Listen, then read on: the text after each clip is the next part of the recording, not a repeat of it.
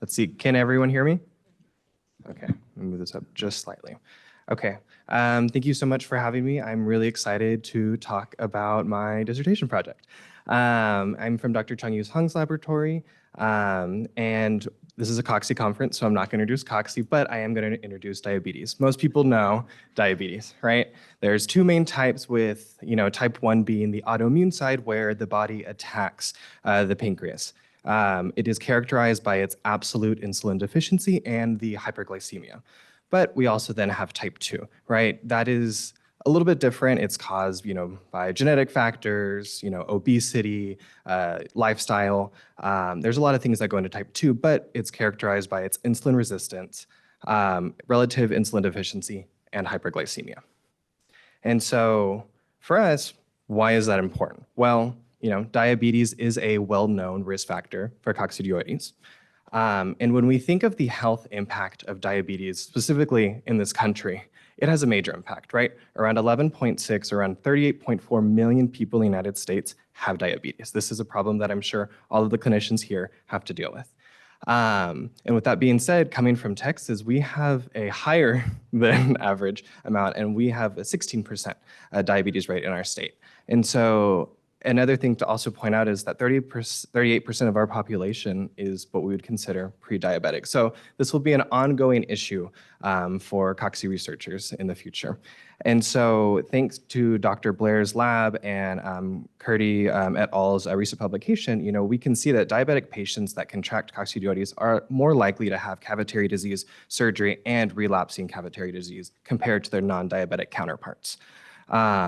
And one of the things when it comes to diabetes that I want to point out is that, diabetes causes this chronic inflammatory state that, causes this innate immune dysregulation. And while the adaptive immune system, remains largely functional, largely being the keyword. We use a drug-inducible diabetic model. We do this through what we call streptozotocin, which I will refer to as STZ because it is a mouthful. That is an anti-neoplastic drug that actually used to be used as an antibiotic in the 1950s until we realized that it causes pancreatic beta islet cell toxicity, which is exactly what I use it for, right? So when I administer STZ to our mice, it causes, beta islet cell mass reduction, then thus causing the insulin insufficiency and having the host go through chronic hyperglycemia. I will point out that when you do STZ treatments, there is going to be a residual beta islet cell population when you do it at low doses, like I do. If you do it at a high dose, you will completely eradicate the beta islet cell population. With that being said, here is one of the protocols that I used. For this pilot experiment, I only had two groups. I had a mock group and a diabetic group. And the diabetic group, I gave STZ for a low dose intraperitoneally for 5 days. After the 5th day, they become hyperglycemic. And they stayed at a chronic hyperglycemic state for 4 weeks before I transferred them to BSL-3, challenged them with C. Posadasii, C735, and then you'll see. And one of the things, I only challenged them with 80 spores. One of the things I want to point out was the significant weight reduction that we saw on both day 7 and day 8 in the diabetic mice compared to our non-diabetic mice control.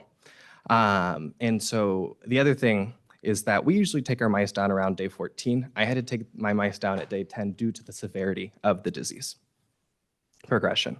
And so the first question that we asked was, well, are all of our mice diabetic, right? Are they hyperglycemic? And as you can see here, all of the diabetic mice they range around 450 to 600 in their hyperglycemic levels, with our non-diabetic mice remaining within normal levels. We then saw increased fungal burden in the lungs in the diabetic mice. And this was also seen with increased dissemination to the spleen in the diabetic mice. And most surprisingly, and my favorite part was that all of the diabetic mice had dissemination to the brain compared to the non-diabetic counterpart. And so we can say that diabetic mice are more susceptible for severe disseminated disease. With that being said, we then wanted to look at the cytokine profile of these mice at day 10. I also want to point out that we did a bioplex, we did the Th17 6-plex panel, but this is from mouse lung. This is not from serum levels, this is the mouse lung environment. And so we looked at pro-inflammatory cytokines like IL-1 beta, TNF alpha and IL-6. We did see a nice trend with IL-1 beta, almost statistically significant. I love statistics, and so that one hurt me a little bit. But TNF alpha, we had much higher levels when it came to the diabetic mice, with IL-6, not really being different. We then looked at pro-inflammatory cytokines, more the adaptive side of interferon gamma and IL-17. We had higher levels actually in the mock compared to the diabetic group, but IL-17, really no difference. And most surprisingly for me was when we looked at the anti-inflammatory IL-10 cytokine, we had a much higher level of IL-10 in the diabetic mice compared to the mock. And like I said, I like statistics. I actually did exclude these two what I would consider outliers, and it is still statistically significant. And so we are able to say that they are higher IL-10 levels in these diabetic mice. And as you know, I come from Dr. Hung's laboratory. We are a vaccine lab. So the next question I had with this was, can our gluten chitin particle, our subunit GCP RCPA5 vaccine protect these diabetic mice from pulmonary coccidioidomycosis? So here is my vaccination protocol for the diabetic mice. Before I go through that, I want to take you at least through the 4 main groups that I had. I had my diabetic only group. I had my diabetes with our GCP MSA, which is just our adjuvant control. We then had our diabetic mice vaccinated with GCP RCPA5, and then just our non-diabetic RCPA5 vaccinated mice as a control. After the STZ treatment, we then let them rest for a week so they could become hyperglycemic, and then we did a prime, waited 2 weeks, then boosted them. From there, we let them rest for 4 weeks. So I do want to point out that these mice were hyperglycemic for 7 weeks before we then challenged them. These mice I challenged with 121 spores, so a little bit higher than last time. And so we took some of the mice down on day 7 to look at the fungal burden. And of course, the first question I asked was, are they hyperglycemic? And they are. And we did see increased levels of fungal burden in the lungs in the diabetic group compared to the vaccinated diabetic and non-diabetic vaccinated. But there really is no difference between the 2 vaccinated groups on day 7. We saw little to no dissemination to the spleen and no dissemination to the brain on day 7. From there, we then took the mice down on day 10, and like I said, all of them are hyperglycemic, and we do this just to make sure. And we saw, high fungal burden in the diabetic and diabetic adjuvant compared to the vaccinated mice. And so one of the nice things was that there was no difference, even on day 10, right, when the disease is, has progressed a lot more in our 2 vaccinated groups. And this held true for both the spleen and brain with little to no dissemination in the vaccinated groups. And so we can say, vaccinated mice have similar fungal burdens in the lung, spleen, and brain compared to vaccinated healthy mice, which is a win for us. And so the next question that we had was, what about them? What about their the immune side? And so this is, a basic flow panel. I gated on live TCR beta positive and then CD4 positive cells. And we were more interested in looking at their immune response, looking at the IL-17A producing cells and the interferon gamma. IL-17A is going to be the y-axis with interferon gamma being the x-axis. And so these are the representative group flow plots of these groups. And as we can see, we had a very robust IL-17A in both the diabetic vaccinated and the non-diabetic vaccinated. But of course, when you look at flow plots, percentages mean nothing. What about the cell number?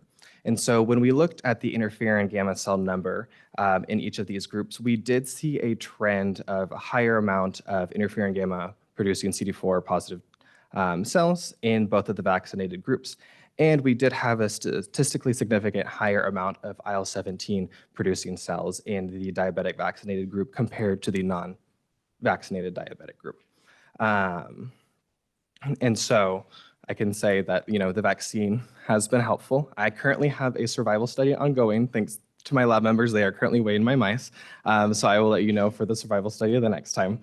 But we can conclude that diabetic mice have increased susceptibility to coccidioides infection. This is exhibited through the increased fungal burdens, as well as these diabetic infected mice show increased expression of TNF-alpha, IL-1 beta, and the anti-inflammatory IL-10.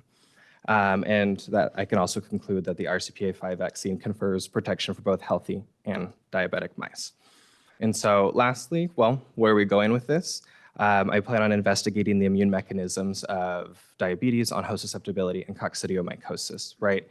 We presented last year on how cocci causes an increase in MDSC recruitment, but also for me, how does hyperglycemia affect this all, right? That chronic inflammatory state of increased cytokine levels like IL-1 beta, TNF-alpha, IL-6, how does that play a role in the severity of coccidioidomycosis? And can we translate that from there? But other than that, I want to thank my lab for all of their help. And I also want to say, if you are a PhD student or candidate that's about to graduate, we are currently looking for a postdoc. So please go talk to Dr. Hung if you're interested. But other than that, thank you so much for your time. Any questions?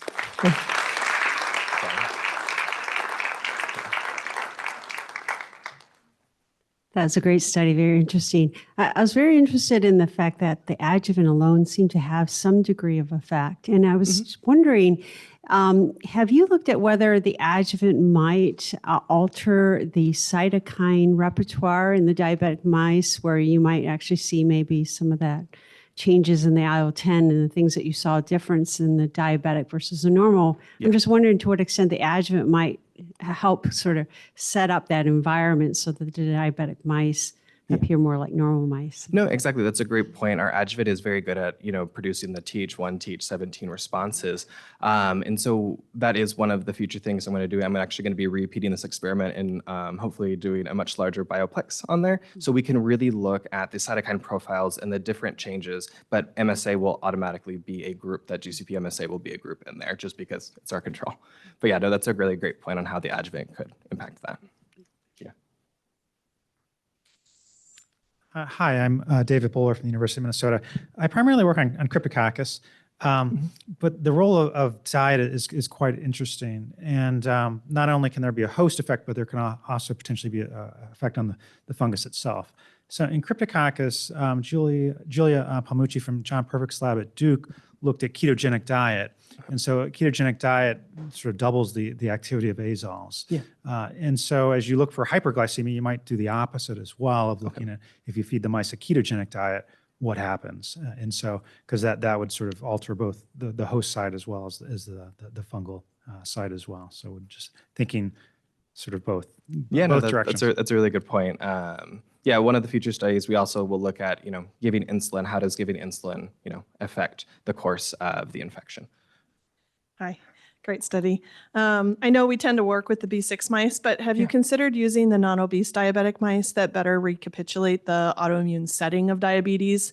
I was struck by your low interferon gamma and IL-17, which is not what you see in diabetes. They tend to be very inflammatory, the autoimmune response, that sort of thing. Yeah, I mean, granted, the interferon gamma that I showed was just compared to the non-diabetic infected, and we do know cocci can really increase those levels. That is a good point. Yeah, we have considered looking at using the Akita. It's a genetic mouse background. There's also a few other ones. I use Black Sick just because it's an established model for us. But no, it's a really good point, and we definitely need to also look at different models and just comparing and how this has an effect.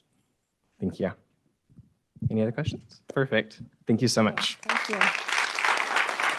Okay, finally for this session, we have Deborah Fuller presenting multivalent DNA vaccines encoding coccidioides proteins and potent genetic adjuvants, induce mucosal and Th1 immune responses, afford protection against high dose challenges with C. Posadasii, and enable the discovery of novel immunogens. While she's getting set up, I'm just going to say, as by way of reminder, the pediatric